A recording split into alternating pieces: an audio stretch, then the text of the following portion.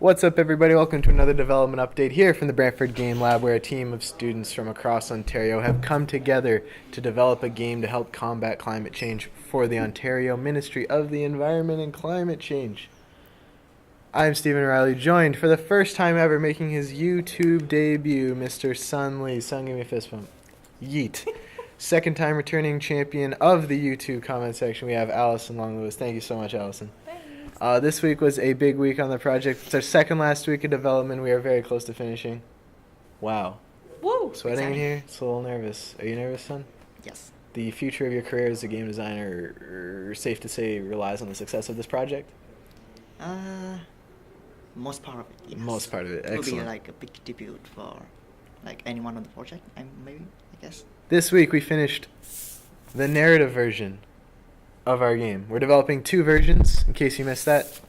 A casual version and a narrative version, and the goal is through our research to see whether a context of a story about climate change and telling the players that these are behaviors related to their emissions affects whether or not they take those behaviors and change the way they do things.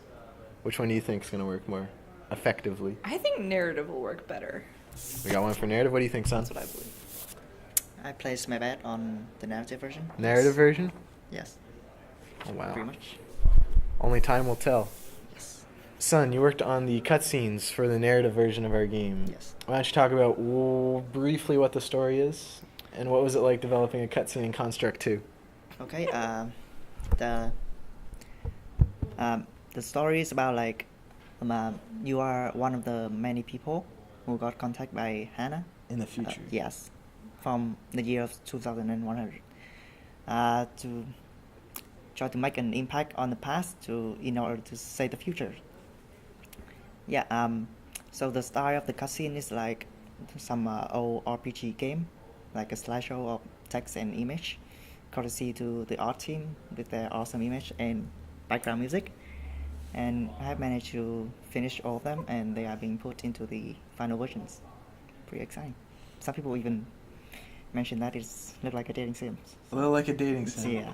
We And had a chance probably I to... hope that it has the same emotional effect. Emotional effect of a Yes. dating simulator? Yeah. We had some people playtest the cutscene. What did they say? The incoming feedback is really positive. Like they like the art style, the slight humor in it, and all the effect. Yeah. Excellent. How hard was it to get the text coming in and the transitions? It's cost a lot of time and try, but like the overall outcome is pretty positive. Pretty fuzz. I like it. I got to play it. I don't know, Thanks. Allison. Did you get a chance to play the narrative cutscene?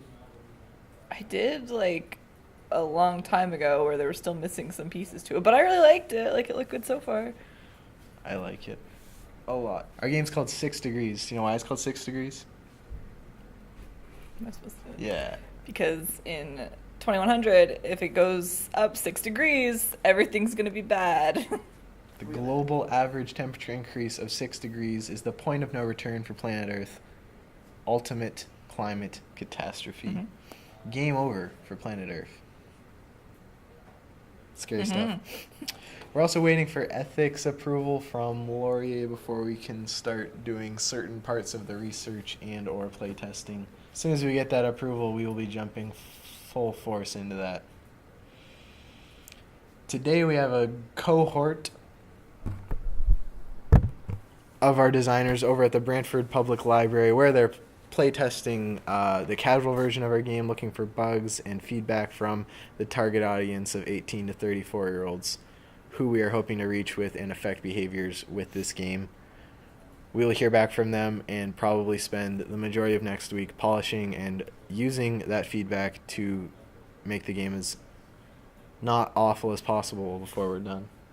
And we also found out this week that it's extremely hard to work on one thing in Construct 2 with more than 2 programmers at a time. So we have 4 programmers in a room, 2 of them kind of working and 2 of them in the program fixing the game, working around that. The constraints of Construct 2 were not overly clear at the start of the project. I don't know, what are your thoughts? I mean, from the beginning when they said, hey, let's use Construct 2, and I looked it up, I didn't think it was going to end well just because it's a lot of visual coding and you know, it's not probably the best to have 4 people working on the same code at once. It's not really good in any programming language at all, so I don't know. Well, from the beginning, Doesn't work. the scope of the program is to focus on like a single person project type thingy. So like it's focused on more like single hand person. So probably a group project was not very fit for that program. So I'm saying it's Lessons learned. Anything else? What are you doing next week, Allison?